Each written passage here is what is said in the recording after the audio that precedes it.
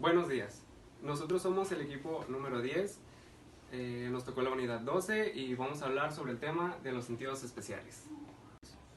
Empecemos por definir qué son los sentidos. Los sentidos son las diferentes capacidades que tienen los seres vivos para poder percibir estímulos físicos externos e internos mediante ciertos órganos especiales que se dirigen al sistema nervioso central. Estos se dividen en dos, generales y especiales. Mientras tanto, los sentidos especiales los conforman el olfato, el gusto, la vista y el oído. Estos tienen vías nerviosas más complejas y sus receptores son anatómicamente diferentes de aquellos que no se concentran en una región específica de la cabeza. Más bien, estos se encuentran alojados en tejido epitelial de órganos sensoriales especiales, como los ojos o el oído. Es necesario recalcar que los sitios en donde se produce la transducción olfatoria son los cilios olfatorios. La transducción olfatoria es la conversión de la energía del estímulo de un potencial graduado en una célula receptora. Las sustancias químicas que tienen olor y por lo tanto estimulan a los cilios olfatorios son llamados odorantes. Las células basales son las células madre que se localizan en la base de las células de sostén. Se encuentran en división celular constante con la finalidad de producir nuevos receptores olfatorios, como este.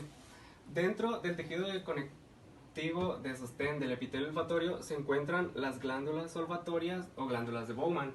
Estas producen moco que se desplaza por la superficie del epitelio olfatorio y disuelve los odorantes que forma que pueda producirse la transducción. Dichos receptores olfatorios reaccionan a las moléculas odorantes de la misma forma en que la mayoría de los receptores sensitivos. Un potencial generador produce y desencadena uno o más impulsos nerviosos. En algunos casos, un odorante se une a una proteína ligada a un receptor en la membrana plasmática de una cilia olfatoria. El umbral del olor y adaptación olfatoria. Como todos los sentidos especiales, el olfato tiene un umbral bajo.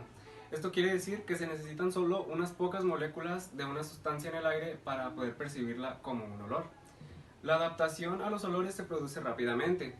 Los receptores olfatorios se adaptan cerca del 50% en el primer segundo después de la estimulación. Después de este segundo lo hacen muy lentamente. La disminución de la sensibilidad estaría relacionada con procesos de adaptación a nivel del sistema nervioso central. Dichos bulbos olfatorios se encuentran debajo de los lóbulos frontales y laterales a la apófisis crista gallitetmoides, que es esta parte. Dentro de los lóbulos olfatorios, las terminaciones axónicas de los receptores olfatorios hacen sinapsis con las dendritas y cuerpos celulares de las neuronas de segundo orden en la vía olfatoria. Los axones de las neuronas del bulbo olfatorio se extienden en sentido posterior y contribuyen al tracto olfatorio. Ahora pasemos a las patologías del olfato. En este caso vamos a hablar de la anosmia, la hiperosmia, la hiposmia, la parosmia y la fantosmia. La anosmia es la total incapacidad para detectar olores. En raras ocasiones se pueden hacer sin el sentido del olfato, lo que se llama anosmia congénita. Las causas frecuentes pueden ser traumatismo cráneoencefálico en jóvenes adultos o infecciones víricas y Alzheimer en adultos mayores. Las causas menos frecuentes pueden ser los fármacos, o sea, personas susceptibles a ciertos fármacos, pueden ser pólipos, tumores e infecciones de la nariz y algunas alergias estacionales. Y por último, la fantosmia. La fantosmia es un tipo de alucinación olfativa muy característica. Concretamente, se trata de una alteración donde la persona percibe olores irreales que no están presentes dentro de su campo olfativo. Las causas de este padecimiento puede ser por el delirium tremens, las convulsiones del lóbulo temporal, lesiones cerebrales, Alzheimer, migrañas. Se dice que algunos pacientes que presentaron migrañas y dijeron que se presentaba un olor a pollo hervido o pan tostado, entonces por eso se dice que también aplica aquí la fantosmia, pero es solo en casos muy pequeños. La parosmia es un cambio en la percepción normal de los olores. Por ejemplo, cuando se distorsiona el olor de algo familiar o cuando algo que normalmente le agradaba de repente se vuelve desagradable. Por ejemplo, esto puede ser cuando a ti te gustaba un perfume y de un día para otro te parece algo desagradable o irritante estar oliéndolo. Las causas de esto pueden ser infecciones del tracto respiratorio superior, traumatismo craneal, epilepsia o enfermedad de Parkinson. Ahora hablemos de la hiposmia. La hiposmia es el trastorno del sentido del olfato, que implica un compromiso total de capacidades olfativas, incluyendo la incapacidad para detectar olores, así como una pérdida del olfato. Las causas de esto puede ser fumar, que esto perjudica el sentido del olfato en corto plazo y daña los receptores olfatorios a largo plazo. También puede ser una causa de los trastornos neurológicos, algunos fármacos como los antihistamínicos y los esteroides. La hiperosmia es un trastorno nervioso que se caracteriza por el aumento exagerado de la sensibilidad hacia los olores. Esta patología es muy poco frecuente. Estas causas pueden deberse a dos factores, factores ambientales o factores genéticos. En las causas ambientales podemos encontrar el uso de anfetaminas o la inhalación de hidrocarburos. Y en las causas genéticas pueden ser por embarazo, por la enfermedad de Basedow y la enfermedad de Addison. Desde el área olfatoria primaria, las vías también se extienden al lóbulo frontal en forma directa o indirecta a través del tálamo. Una región importante para la identificación entre los olores es el área orbitofrontal, que es esta. Las personas con daño en esta área tienen problemas para identificar diferentes olores. Otra patología del sentido del olfato es la cacosmia. La cacosmia es la alteración del sentido del olfato en la que el cerebro es incapaz de percibir correctamente los olores y aromas. Concretamente, la persona refiere sentir olores desagradables e incluso pestilentes, cuando el resto perciben aromas normales o incluso no perciben ningún olor. Las causas de esto pueden ser debido a dos factores, a causas cerebrales o a causas físicas. Las causas cerebrales pueden ser, por ejemplo, el hipotiroidismo, la epilepsia o la enfermedad del Parkinson. Y en las causas físicas está la sinusitis crónica, la rinitis costra y la infección postoperatoria. Ahora continuamos con el sentido del gusto. El sentido del gusto es un sentido químico igual que el olfato, pero mucho más simple. Distingue 5 gustos primarios: agrio, dulce, amargo, salado y umami. El sabor umami quizá pueda ser un poco más extraño o un poco nuevo para nosotros. Se define como un sabor delicioso y tiene apenas pocos años que se ha tomado en cuenta. El olfato es mucho más sensible que el gusto, ya que una concentración dada de sustancia alimenticia puede ser 1000 veces más estimulante para el sentido del olfato que para el del gusto. Vamos a hablar de la anatomía de las papilas y los botones gustativos. Los receptores se encuentran en los casi 10.000 bulbos o papilas gustativas que se encuentran en la lengua, paladar blando, faringe y epiglotis. Hay 3 tipos de papilas en la lengua: papilas circunvaladas, fungiformes y foliadas.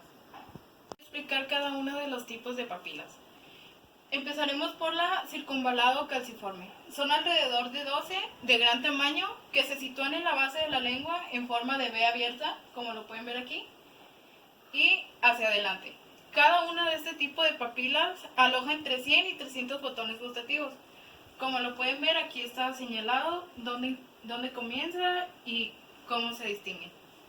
Con las papilas fungiformes. Como su propio nombre lo dice, tienen forma de hongo.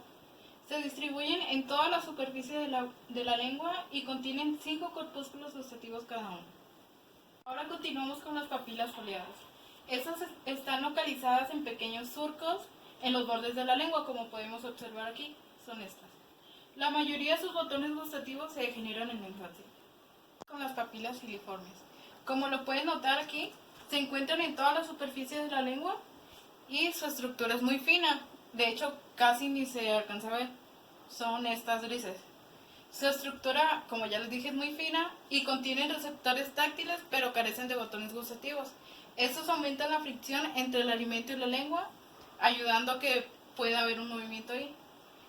A continuación les voy a mostrar esta foto donde se diferencia cada una de las papilas y su estructura para que se pueda apreciar mejor. Aquí encontramos las fungiformes, filiformes, foliadas y circunvaladas. Con las células de los botones gustativos. Hay 3 tipos de células para los botones gustativos que nos incluyen los receptores del gusto, las células de sostén y las células basales. Pasando a la explicación de las células, los receptores del gusto son microvellosidades largas que van desde la célula receptora hasta la superficie externa o a través del poro.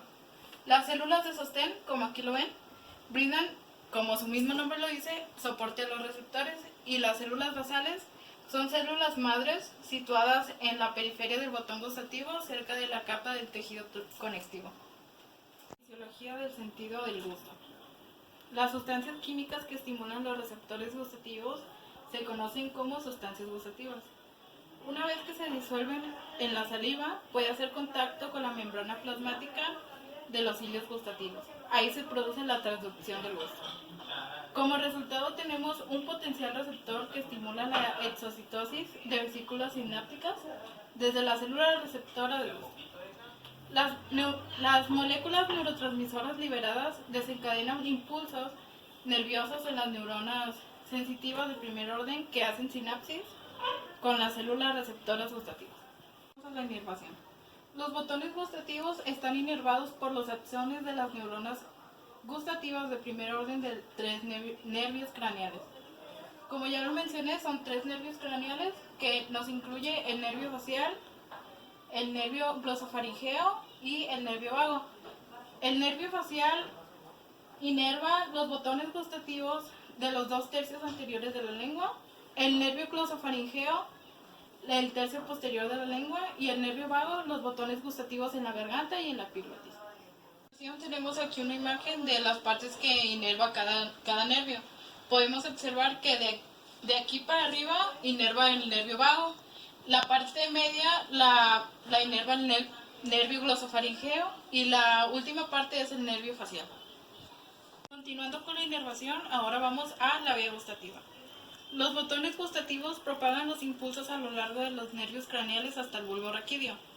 Algunos de los axones que transportan señales del bulbo raquídeo se proyectan hasta el sistema límbico, hipotálamo y otros al tálamo. El tálamo envía señales del gusto al área gustativa principal del lóbulo parietal de la corteza cerebral. O también, si gustamos memorizarlo con mayor facilidad, podemos seguir esta secuencia de pasos, que es botones gustativos, nervios craneales, bulbo raquídeo, axones, sistema límbico, hipotálamo, tálamo, área gustativa primaria y lóbulo parietal. La receptora del gusto. El potencial receptor difiere para cada sustancia gustativa. Para los salados se abren los canales de sodio y de calcio. Para los ácidos, los canales de hidrógeno. Y para lo dulce, lo amargo y lo umami, pues se ingresan a proteínas, ya que no ingresan a células receptoras. Adaptación gustativa. El umbral varía para cada uno de los sabores primarios. Para amargo es bajo en forma de una compensación de defensa. Para el ácido es alto, para el dulce es muy alto, para el salado y el umami al igual es muy alto. La adaptación del gusto puede producirse después de 1 a 5 minutos de estimulación continua y se debe a cambios que tienen lugar en los receptores del gusto, del olfato y en los nervios de las vías gustativas del sistema nervioso central. Podemos observar un ejemplo del sabor de cada uno. El café es amargo, el helado es dulce, los champiñones es umami, las papas son saladas y, por ejemplo, para el ácido, las fresas. Vamos a explicar las patologías del sentido del gusto. Vamos a explicar 3 principales. La primera es la disgeusia.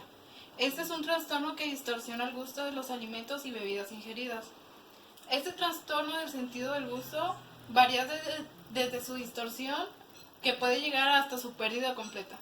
Las causas son variadas y frecuentemente asocian a otros trastornos neurológicos. La segunda es la hipogeusia. Esta se refiere a la capacidad de degustar y de diferenciar los sabores básicos. Como ya lo mencionamos, los sabores básicos son salado, ácido, amargo, dulce y umami. Es la pérdida o reducción del sentido del gusto. Es consecuencia de enfermedades que afectan al sentido del olfato o bucales como quemaduras o parálisis facial de ver. Hola, ¿qué tal? Soy Eduardo Curiel y les voy a explicar lo que es el sentido de la vista. La vista es extremadamente importante para la supervivencia humana. Más de la mitad de los receptores sensitivos del cuerpo humano se encuentran y participan en lo que es este procedimiento. Esto nos permite conocer el medio que nos rodea, nos permite captar e interpretar las señales. Este sentido está conformado por órganos accesorios y por el mismo ojo, en el cual los accesorios tenemos lo que es la ceja, pestaña, párpados, el conducto lagrimal y músculos extrínsecos del ojo. En esta imagen les muestro más los que son los órganos accesorios, lo cual es la ceja, lo que es el párpado superior, el párpado inferior, el conducto lagrimal y entre otros. La función de los órganos accesorios. Comencemos con pestañas y cejas. Las pestañas que se proyectan desde los bordes de cada párpado, tanto del superior como del inferior, y las cejas que se arquean transversalmente sobre los párpados. Ambos ayudan a proteger al globo ocular de cuerpos extraños, la transpiración y de los rayos directos del sol. Al igual, estos secretan glándulas sebáceas o más bien glándulas sebáceas ciliares, que estas liberan un lubricante en los folículos para protegerlos, ya que si no, se puede dar una infección en las glándulas que se conocen como orzuelos. Continuamos con lo que son los párpados. Tenemos lo que es el párpado inferior, el párpado inferior. Ambos nos ayudan al momento del sueño, al igual que protegen de la luz excesiva y de cuerpos extraños. Estos mismos hacen que aparezca una secreción lubricante para los globos oculares.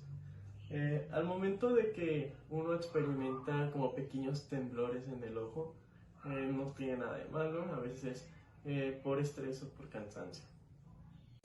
El aparato lagrimal es un grupo de estructuras que produce y drena el líquido lagrimal o lágrimas. Las glándulas lagrimales, cada una del tamaño y forma de una almendra, secretan el líquido lagrimal, que este se drena a través de 6 y 12 conductillos lagrimales excretores que vacían las lágrimas sobre la superficie de la conjuntiva del párpado superior. Desde ahí las lágrimas pasan medianamente sobre la superficie anterior del glóbulo ocular y se introducen en pequeños orificios llamados puntos lagrimales, que son los que encontramos aquí. Lo que es el flujo de las lágrimas, que comienza en la glándula lagrimal, que está en el punto superior del ojo. Después va a pasar por los conductillos lagrimales encima del glóbulo ocular. Después, siguiendo el conductillo lagrimal superior e inferior, al saco lagrimal, que es este de aquí. Después para pasar al nasolagrimal y terminar en la cavidad nasal. Las glándulas lagrimales están inervadas por fibras parasimpáticas del nervio facial. El líquido producido por estas glándulas sirven para lo que es proteger, limpiar, lubricar y humedecer lo que es el globo ocular. Después de esto, de secretarse en las glándulas lagrimales, se distribuye entre la superficie de lo que es el globo ocular mediante lo que son los parpadeos. Cada glándula produce alrededor de 1 mililitro de líquido lagrimal por día. En condiciones normales, las lágrimas se eliminan muy rápidamente. Sin embargo, si aparece las lágrimas por algún irritante, van a estar ahí las lágrimas hasta que ese líquido se vaya disminuyendo y no irrite tanto lo que es el ojo. Continuamos con lo que son los músculos extrínsecos del ojo. Los ojos se alojan en 2 depresiones óseas del cráneo llamadas órbitas. Las órbitas protegen a los ojos, los estabilizan en el espacio tridimensional que tienen y fijan a los músculos que producen sus movimientos. En este caso hablamos de los que son los músculos extrínsecos del ojo, que producen sus movimientos ya sea hacia lo que es la derecha, izquierda, arriba, abajo, para casi todas las direcciones. Para cada ojo se mueve por la acción de 6 músculos extrínsecos, el cual es el recto superior, recto inferior, recto exterior, recto interior, oblicuo superior y oblicuo inferior. Para que entiendan un poquito más, en este lado, viéndolo de lo que es de frente, encontramos lo que es el recto superior en la parte de arriba, el recto inferior en la parte de abajo, recto exterior en la parte derecha y el interior en la parte izquierda. Y si lo vemos un poquito de lado, de lateral, vemos aquí que lo que es el oblicuo superior se encuentra saliendo de lo que es de una parte del recto superior, pasa por debajo hacia la otra para después conectarse con los otros. Igual el oblicuo inferior sale de un lado, pasa por encima del recto inferior y ya después para unirse con los otros de igual manera. Lo que son los músculos oblicuos mantienen lo que es la estabilidad rotatoria de lo que es el globo ocular, para que no se vayan pues de más los ojos, ¿no? Y los movimientos de los ojos son coordinados y sincronizados por circuitos nerviosos de lo que es el tronco del encéfalo y del cerebro, ya que todos los movimientos están conectados a lo que es el cerebro. Continuamos con lo que es la anatomía del globo ocular. El globo ocular mide alrededor de 2.5 centímetros de diámetro, esto en un adulto, y de su superficie total, un sexto de la región está expuesta y el resto está oculto. Esto quiere decir que yo, si miro a otra persona, solo miro un sexto de su ojo. Consta de 3 capas, que es la fibrosa, la vascular y la tónico-nerviosa o retina. La que es fibrosa, encontramos lo que es la córnea y la esclerótica. En la vascular, lo que es la coloides, el cuerpo ciliares y el iris. Y en la tónica nerviosa o retina, esta nos dice que está cubierta de 2/4 partes del ojo. La capa fibrosa es una cubierta superficial sobre lo que es el globo ocular y está constituida de la córnea anterior y la esclerótica superior. Lo que es la córnea es una túnica transparente que cubre el iris coloreado y su curvatura ayuda a que pueda enfocar de mejor manera lo que es la luz sobre lo que es la retina. La esclerótica, esta es una capa de tejido conectivo denso, formada fundamentalmente por fibras colágenas y fibroblastos. Está cubierto por la esclerótica que le da su forma, lo hace más rígido, más denso y protege sus partes internas. En la unión de lo que es la esclerótica y lo que es la córnea, se observa lo que es un pequeño orificio conocido como seno venosa de la esclera, o también conocido como conducto de Slench. Lo que también produce un líquido denominado humor acuosa, que se encarga de drenar lo que es el seno. La capa vascular o uvea es la capa media de lo que es el globo ocular, y consta de lo que es la coroides, cuerpos ciliares y lo que es el iris. La coroides es una porción posterior de la capa vascular y tapiza lo que es la mayor parte de la cara posterior de la esclerótica. Contiene lo que son los melanocitos, que estos son los que producen pigmentos de melanina que confiere a lo que es el color pardo de esta capa. Al igual los cuerpos ciliares, estos se extienden desde la hora serrata. En este caso se encuentra lo que es el cristalino, además de alterar su forma y adaptar la visión. Y lo que es el iris, que es la porción coloreada del globo ocular, es lo que le da donde vemos los colores de los ojos de las personas: verde, azul, gris, café. Eso presenta la forma de una rosquilla aplanada y se encarga de regular la cantidad de luz que entra sobre el mismo globo ocular a través de la pupila. En esta imagen podemos ver lo que es la pupila, la acción que realiza en cuanto a la cantidad de luz que está entrando. En esta que podemos ver que es una circulación aquí por la parte del centro, que es cuando está la luz intensa, se contrae por efecto de los músculos circulares del iris, a lo que también se le llama parasimpático. En la luz normal pues vemos a la pupila normalmente amplia, pero no tanto, ya que pues es una luz soportable, no tiene que ni estar haciendo fuerzas para abrir la pupila de más para adaptarse a la vista.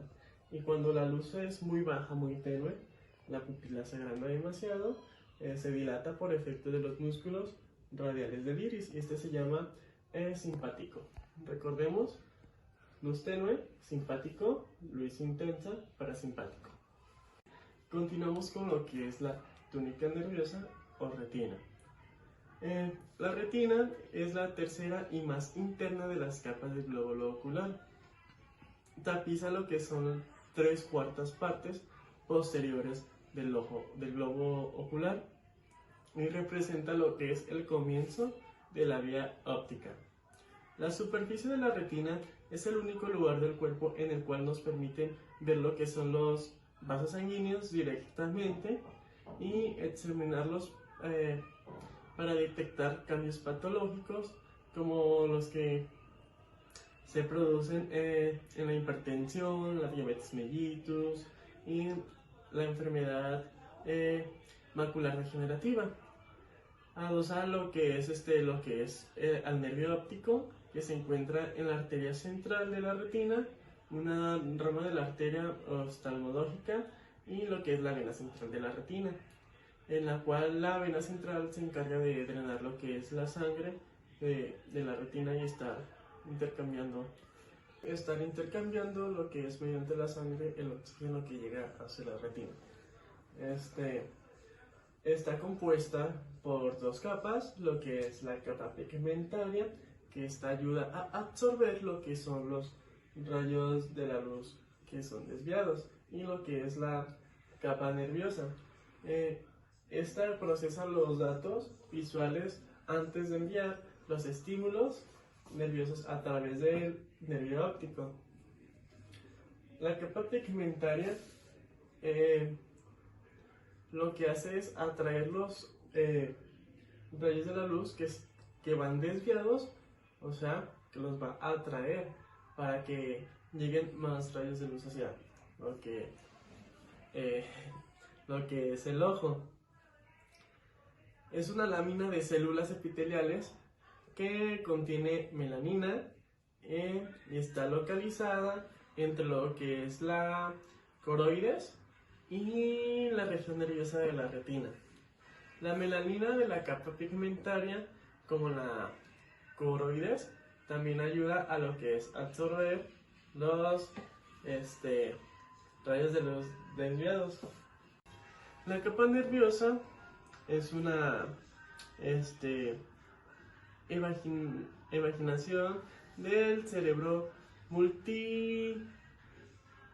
multilaminada que procesa los datos visuales antes de enviar impulsos nerviosos a lo que son los axones que forman lo que es el nervio óptico. Existen 3 capas distintas de neuronas retinianas, lo que son las células fotorreceptoras, las células bipolares y las células ganglionares, que están separadas por dos zonas, las capas sinápticas externas e internas, donde se producen los contactos. Los contactos sinápticos, hay otros dos tipos de células presentes en la capa de las células bipolares de la retina, llamadas células horizontales y células amácrinas. Estas células forman circuitos neuronales dirigidos lateralmente que modifican las señales que se transmiten a lo largo de la vía, que va desde los fotorreceptores hasta los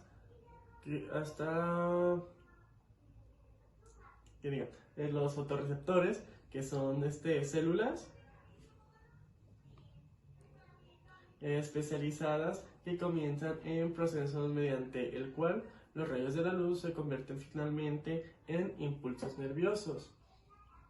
Hay dos tipos de fotorreceptores, lo que son los bastones y los conos. Los fotorreceptores son células especializadas que comienzan en el proceso mediante el cual los rayos de la luz se convierten ya finalmente en impulsos nerviosos, como lo había mencionado.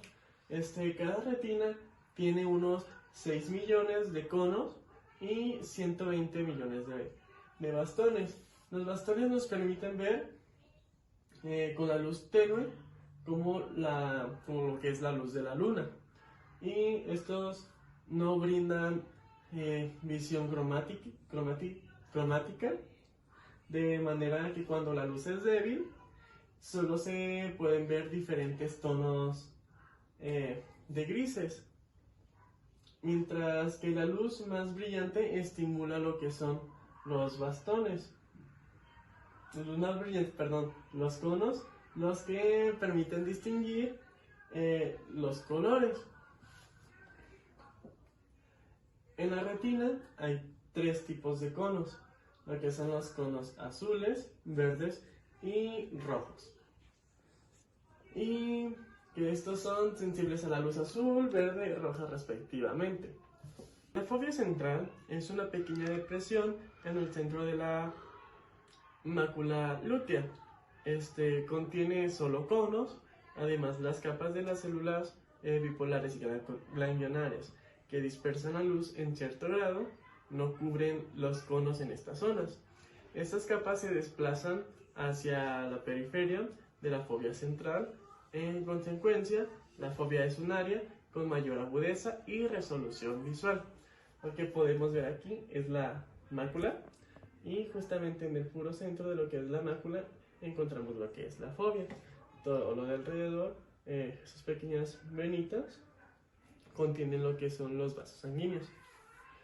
Además de que es el área con mayor agudeza o resolución visual, los bastones están ausentes, no hay ninguno, y son más abundantes en la periferia de la retina. La fobia central es una pequeña depresión en el centro de la mácula lútea. Contiene solo conos, además las capas de las células bipolares y ganglionares que dispersan la luz en cierto grado no cubren los conos en estas zonas. Estas capas se desplazan hacia la periferia de la fobia central.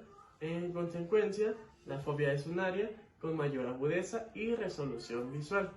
Lo que podemos ver aquí es la mácula, y justamente en el puro centro de lo que es la mácula encontramos lo que es la fobia. Todo lo de alrededor, esas pequeñas venitas, contienen lo que son los vasos sanguíneos. Además de que es el área con mayor agudeza o resolución visual, los bastones están ausentes, no hay ninguno, y son más abundantes en la periferia de la retina. Continuamos con lo que es el cristalino. Este se encuentra detrás de la pupila e iris, dentro de la cavidad del glóbulo ocular. Las proteínas llamadas cristalininas dispuestas como las catafilas de una cebolla. Así de igual de delgadita es lo que es el cristalino.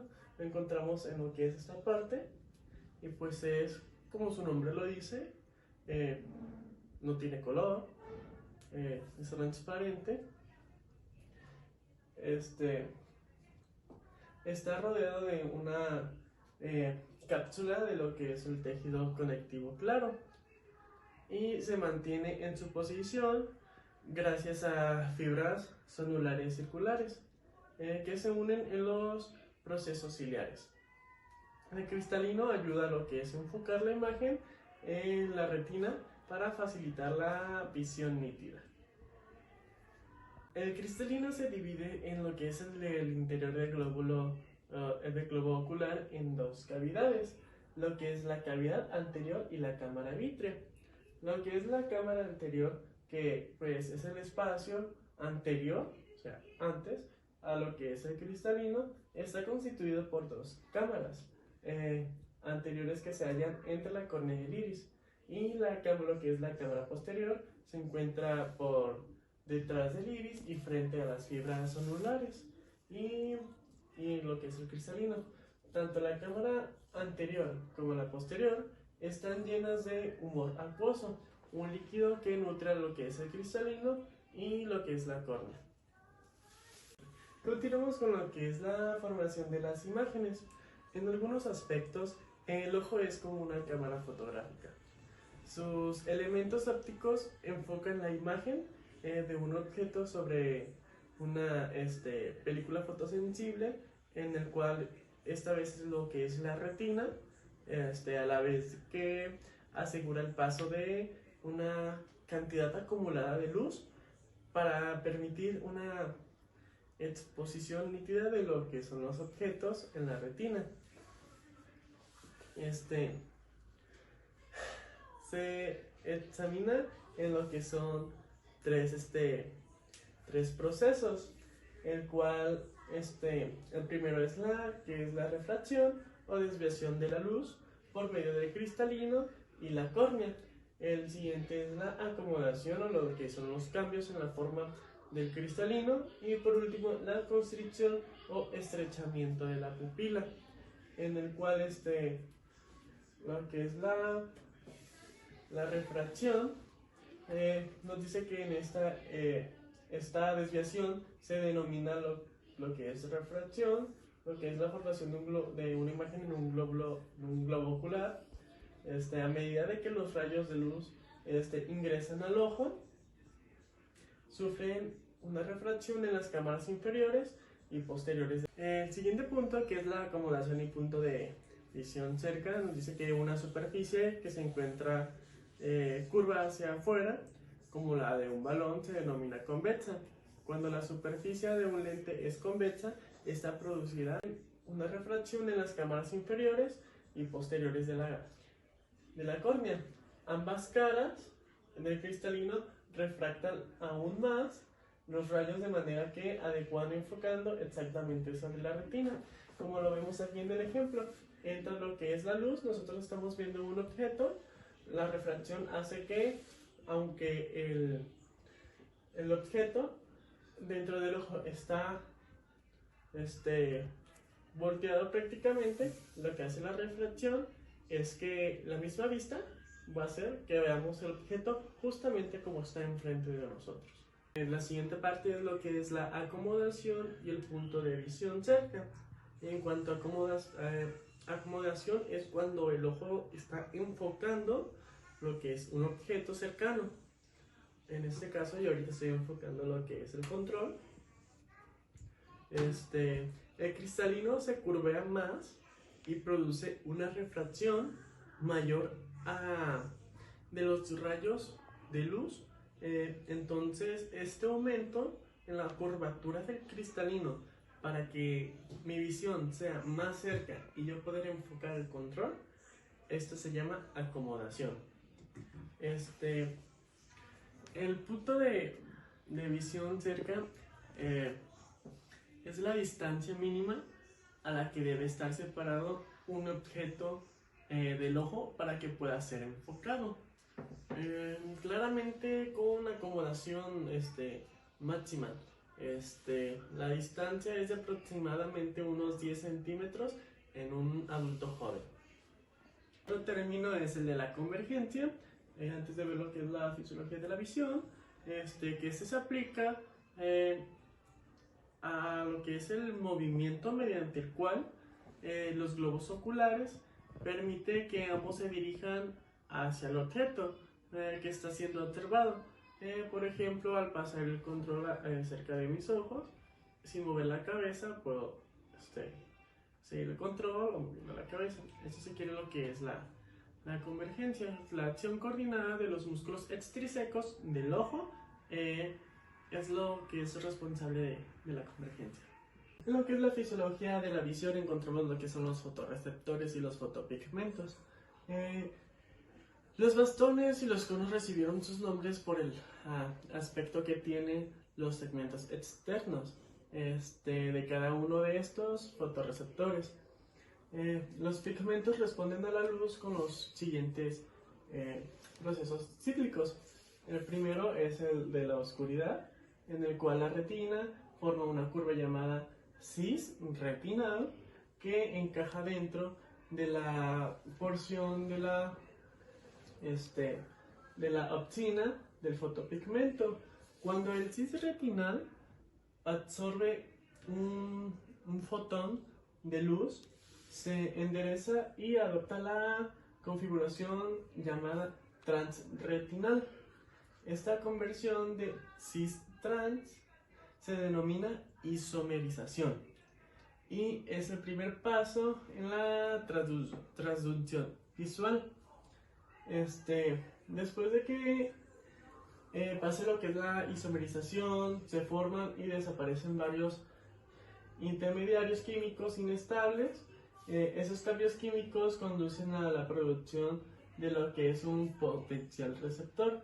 Y ahí viene lo que es el siguiente paso, el paso 2, que aproximadamente en un minuto el transretinal se separa por completo de la optina, que es el producto final, es incoloro. De modo que esta parte del ciclo se le denomina lo que es blancamiento de fotopigmento. O sea, no hay color. Después nos vamos a lo que es el paso 3, que es la enzima retinal isomerizada, que convierte el transretinal nuevamente en cisretinal. Y el último paso es donde el cisretinal puede ahora unirse de nuevo a la optina y se reconstruye un fotopigmento funcional nuevo. De lo que es un potencial receptor. Y ahí viene lo que es el siguiente paso, el paso 2, que aproximadamente en un minuto el transretinal se separa por completo de la optina, que es el producto final, es incoloro. De modo que esta parte del ciclo se le denomina lo que es blancamiento de fotopigmento. O sea, no hay color. Después nos vamos a lo que es el paso 3, que es la enzima retinal isomerizada, que convierte el transretinal nuevamente en cisretinal. Y el último paso es donde el cisretinal puede ahora unirse de nuevo a la optina y se reconstruye un fotopigmento funcional nuevo. La fisiología de la visión, los fotopigmentos responden a la luz con los siguientes procesos cíclicos. En el primero responde a lo que es la oscuridad. En el retinal toma una forma curva llamada cisretinal, que encaja dentro de la porción de optina del fotopigmento. Cuando el cisretinal absorbe lo que es el fotón de luz, se endereza y adopta la configuración llamada transretinal. Esta conversión cis-trans se denomina isomerización y es el primer paso de la transducción visual después de que el retinal es isomerizado. Sí, después de que el retinal es isomerizado, se forman y desaparecen varios intermediarios químicos innecesarios, o sea que son inestables. Esos cambios químicos conducen a lo que es la producción del potencial receptor. Continuamos con lo que es el paso 2, que es aproximadamente, se hace lo que es en un minuto, en el cual el trance retinal se separa por conector. Continuamos con lo que es el paso 2, que es aproximadamente, se hace lo que es en un minuto, en el cual el trance retinal se separa por completo de la opsina. O sea, este producto final que resulta va a ser incoloro, de modo que esta parte del ciclo se le denomina blancamiento del fotopigmento. Continuamos con lo que es la 3. En la 3 la enzima retinal isomerizada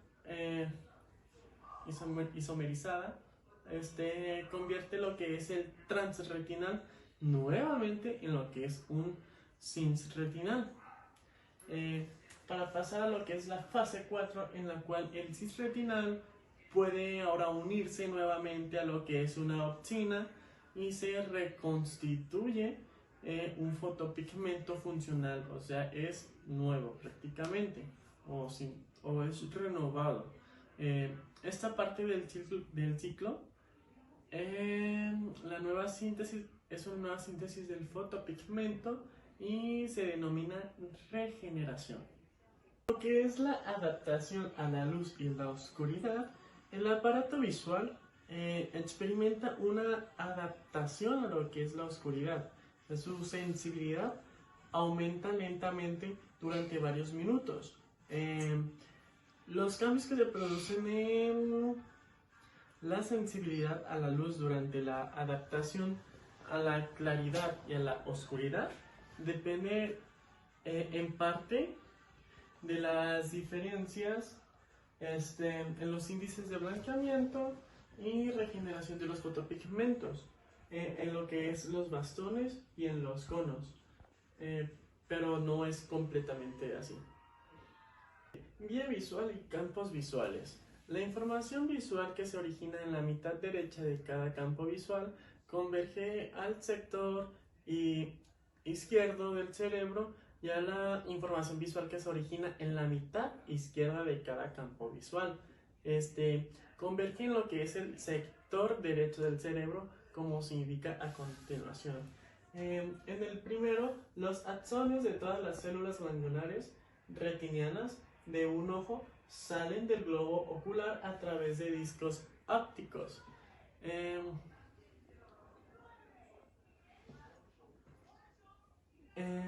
Lo que es la papila, y forman el nervio óptico de ese lado.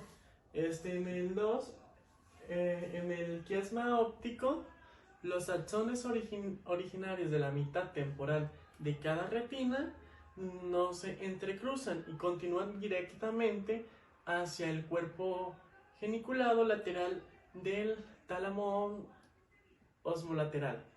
Y lo que es la parte 3, por otro lado, los axones originados en la mitad nasal de cada retina se entrecruzan en el quiasma óptico y se dirigen hacia el tálamo opuesto.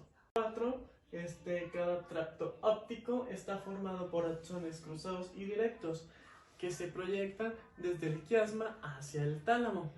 En el quinto, los ramos colaterales de los axones de las células ganglionares retinianas se proyectan hacia el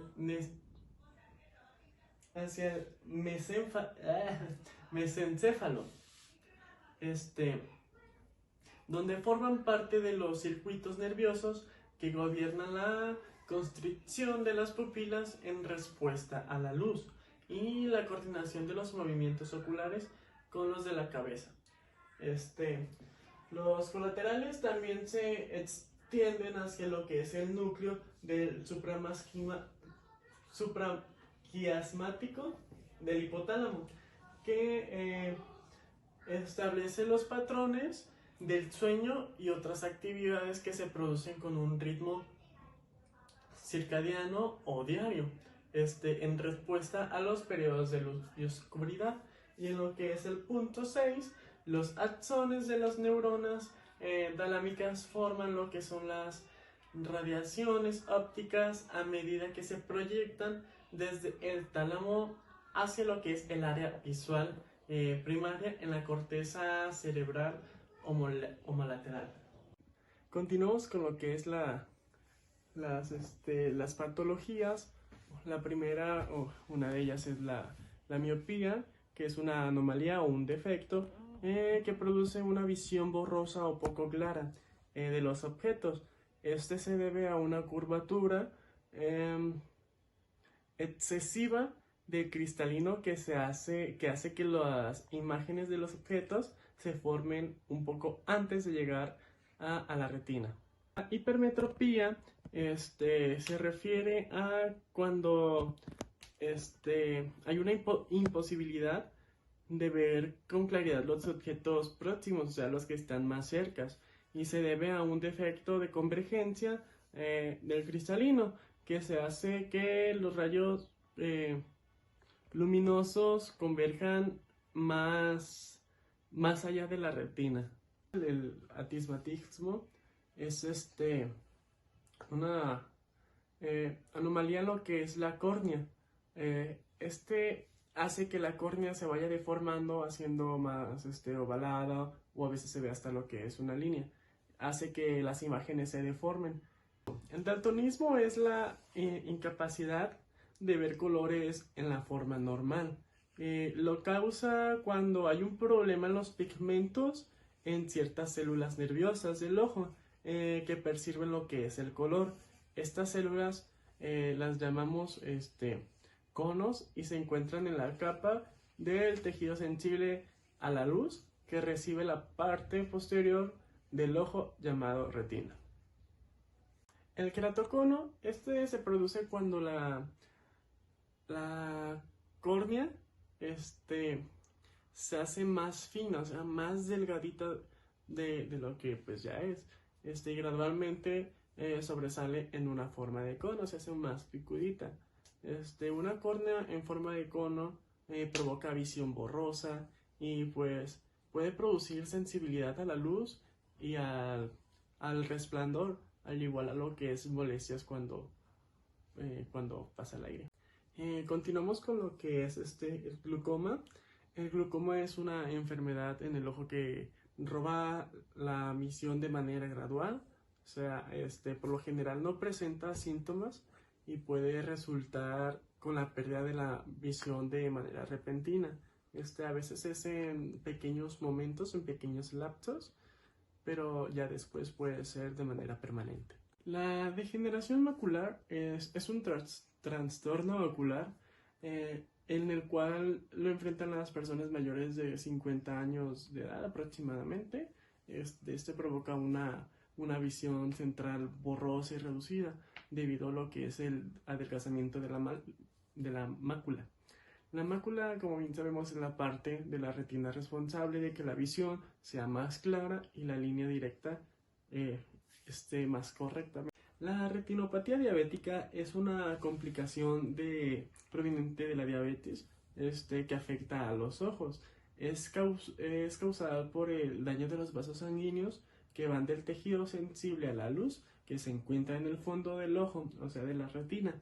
Al principio la retinopatía diabética puede no tener síntomas o solo problemas leves de la visión. A la larga puede causar lo que es la pérdida definitiva de un ojo o hasta los dos. Cualquier persona con diabetes tipo 1 o 2 puede padecer ese trastorno. Continuamos con lo que es la catarata, que es una opacidad en lo que es la lente natural, nosotros mejor llamado cristalino, que se encuentra detrás del iris y la pupila. Las cataratas son la causa más común de la pérdida de la visión en las personas mayores de 40 años y es la causa principal de la ceguera en el mundo. De hecho, hay más casos de cataratas a nivel mundial que de glaucoma, que de degeneración macular y de retinopatía. Hay varios tipos de lo que son las cataratas. Eh, Les voy a mencionar tres, que es la subcasular, que esta se da en lo que es la parte trasera del cristalino. Las personas con diabetes o que tomen medicamentos con altas dosis de esteroides corren un riesgo mayor a desarrollar este tipo de catarata. También mencionarles la que es la catarata nuclear, y esta se asienta en la zona central del núcleo del cristalino. Este tipo de catarata está asociado en mayor medida a lo que es el envejecimiento, y lo que es la catarata cortical.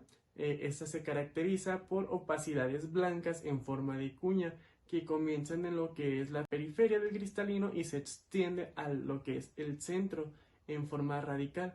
Este tipo de catarata se da en lo que es la corteza del cristalino, es decir, en la parte que rodea lo que es el núcleo central. Continuamos con lo que es el bacterigión. Este es un crecimiento anormal en la conjuntiva sobre la córnea. Ocurre más frecuentemente sobre lo que es los lados nasales, pero puede ocurrir también en lo que es el lado externo del ojo de ambos. Se produce, el principal factor que lo produce es el riesgo para desarrollar un periquitión, es la exposición solar y lo que es la sequedad. Por esto ocurre en las zonas interpalpebral. Las personas que trabajan al aire libre son más frecuentemente afectadas a lo que es esta enfermedad. Eso se puede prevenir al usar gafas o protección solar en lo que es periodos de exposición prolongada, y lo que es el uso de lubricantes para el ojo para evitar la resequedad. Y por último tenemos lo que es el desprendimiento de la retina. El desprendimiento de la retina es la separación de la membrana sensible a la luz, o sea, la retina, en la parte posterior del ojo de sus capas de soporte. La retina es un tejido transparente que recubre la parte posterior del ojo. Los rayos de luz que entran en el ojo son enfocados por la córnea y el cristalino en imágenes formadas en la retina. El tipo más común de desprendimiento de la retina con frecuencia se debe a un desgarro o perforación de dicha retina. A través de puede infiltrar los líquidos del ojo. Esto causa lo que es la separación de la retina de los tejidos subyacentes, muy parecido a una burbuja debajo de un papel decorativo. Esto casi siempre se debe a lo que es una afección llamada desprendimiento vítreo posterior. Y otro tipo de desprendimiento de retina se denomina desprendimiento por tracción. Este tipo ocurre en personas con diabetes no controlada, que tienen antecedentes de una cirugía de retina o que tienen una inflamación prolongada o crónica. Me tocó exponer el tema de oído y equilibrio. Ahora explicaré algunas generalidades del oído. El oído se encarga de recoger ondas sonoras que llegan primeramente al oído externo por medio de los pabellones. Como ya dije anteriormente, las ondas sonoras llegan a los pabellones. Después de esto se convierten en vibraciones del aire. Los oídos tienen receptores de sonido. Al pasar estos receptores se convierten en impulsos nerviosos. El equilibrio se encuentra dentro del oído en el oído interno. Explicaré la anatomía del oído. El oído se divide en 3 regiones. Está el oído externo, el oído medio y el oído interno. Primeramente, el oído externo, recoge las ondas sonoras y las canaliza a su interior hacia el oído medio. El oído medio transmite las vibraciones sonoras hacia la ventana oval, y el oído interno aloja los receptores de la audición y el equilibrio. El oído medio. El oído medio tiene 2 orificios, la ventana oval y la ventana redonda. Además de que aquí se encuentran los huesos más pequeños del cuerpo humano. el cual es el martillo, el yunque y el estribo. El martillo se une a la superficie interna de la membrana timpánica y se une también hacia el yunque. El yunque se articula con la cabeza del estribo y el estribo encaja en la ventana oval. El oído externo inicia desde la oreja hasta el tímpano. Las partes de la oreja es hélice, antihélice, concha, trago, antitrago, lóbulo y conducto auditivo externo. El tímpano es un tabique fino y semitransparente que se encuentra entre el conducto auditivo externo y conducto auditivo medio. Y además contiene glándulas ceruminosas, el cual ayuda a que no entre polvo y cuerpos extraños junto con los pelos. El medio tiene dos músculos, el músculo tensor del tímpano, el cual limita los movimientos y aumenta la tensión de la membrana para así evitar daños, y el músculo del estribo. Este atenúa las vibraciones de ruidos de gran intensidad. Cuando se escucha un ruido muy fuerte, el yunque empuja el martillo junto con la membrana timpánica y el estribo empuja la ventana oval para proteger la cóclea. Y la hiperacusia protege el oído de ruidos fuertes prolongados. Auditiva. Este se conecta el oído con la nasofaringe con el fin de que mantenga la presión al igual que el exterior, el cual es 760 milímetros de mercurio. El oído interno se divide en dos partes, el laberinto óseo y el laberinto membranoso. El laberinto óseo está constituido por cavidades del hueso temporal y se divide en tres partes. Los conductos semicirculares, que son estos, el vestíbulo, que se encuentra en esta zona y contiene receptores del equilibrio, y la cóclea, esta se divide en tres partes que tienen forma de concha. La cóclea se divide en rampa vestibular, conducto coclear y rampa timpánica. El conducto coclear y la rampa vestibular está separada por la membrana de Reissner, la cual contiene el líquido de las células ciliares para mantener el buen funcionamiento de las células auditivas, y la rampa timpánica está separada por la lámina basilar. El basilar es un conducto por donde pasan los sonidos. Ahora, el laberinto membranoso está conformado por sacos y conductos dentro del laberinto óseo, y el laberinto membranoso contiene un líquido llamado endoslinfa. Audición. El rango de audición con claridad en un ser humano se asocia entre los 500 y los 5000 Hz. El rango de audición del ser humano varía entre los 20 y 20.000 Hz. El sonido se mide a través de decibeles y Hz. Los decibeles es la amplitud de la onda de sonido y los Hz es la frecuencia de las ondas de sonido. Mientras más grande sea la amplitud de la onda de sonido, más doloroso se torna para nosotros. El sonido entra por el conducto auditivo externo hacia el tímpano. El tímpano hace pequeñas vibraciones que a su vez mueve el martillo, el yunque y el estribo. Y estos empujan ondas de sonido por la ventana oval hacia la cóclea. Cuando llega a la cóclea está la rampa vestibular, el conducto coclear y la rampa timpánica. Al pasar por esos conductos y rampas llega a formarse el impulso nervioso. En conducción de sonido hay dos tipos, aérea y ósea. La conducción de sonido aérea es donde participan las tres regiones del oído, y en la conducción ósea intervienen el oído medio y el oído interno, el cual tiene mejor conducción de sonido que el aéreo. El movimiento de las estereocilias de las células ciliadas del órgano espiral provocan una liberación de un neurotransmisor, el cual genera impulsos nerviosos en las células sensitivas que inervan en las células ciliadas. El neurotransmisor se libera por el medio del nervio cócleo vestibular y pase hacia la oliva superior, y esta a su vez pasa hacia el culículo inferior y hacen sinapsis. Ambos se van hacia la corteza auditiva y hacia el tálamo. El equilibrio. Hay dos tipos de equilibrio.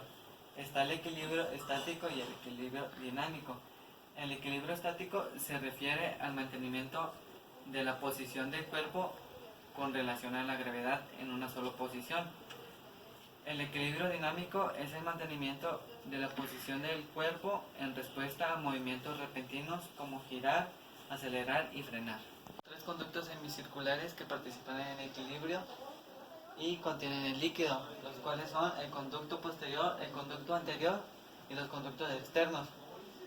También la inclinación de cilios o pelos son potenciales receptores de equilibrio, los cuales mandan impulsos nerviosos para decirle a tu cuerpo cuándo debes de mantenerte en equilibrio. Algunas patologías de la audición. Primero tenemos la hipoacousia, es la incapacidad total o parcial para escuchar sonidos en uno o ambos oídos.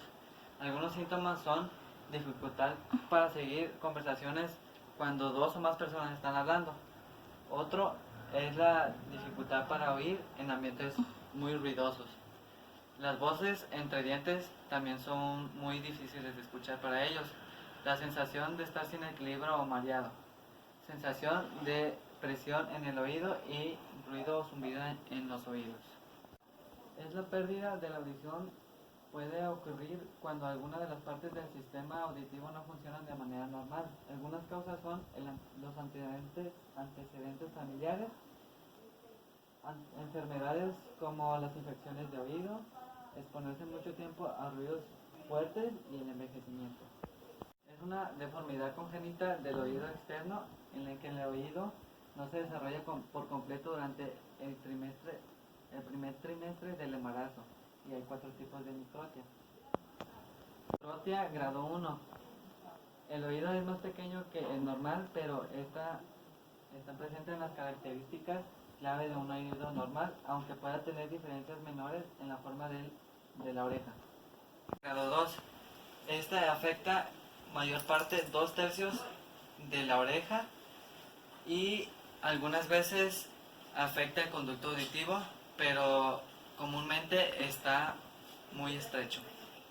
Pues, en este tipo de microtia es muy común que solamente se vea el lóbulo de la oreja en forma de cacahuate.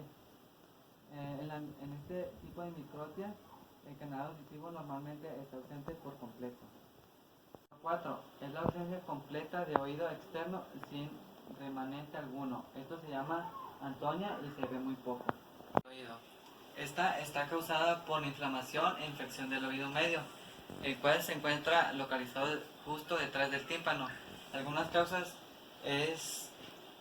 son las alergias, cuando se obstruye, el resfriado e infecciones sinusuales, el humo del tabaco, cambios de altitud o de clima, el clima frío, y entre otros.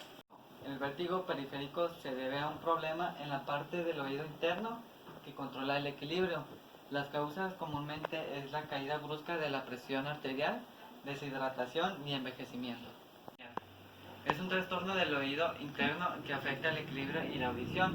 Algunas causas es la infección del oído medio o interno, consumo de alcohol, alergias, tabaquismo, enfermedades virales que sean recientes y el estrés.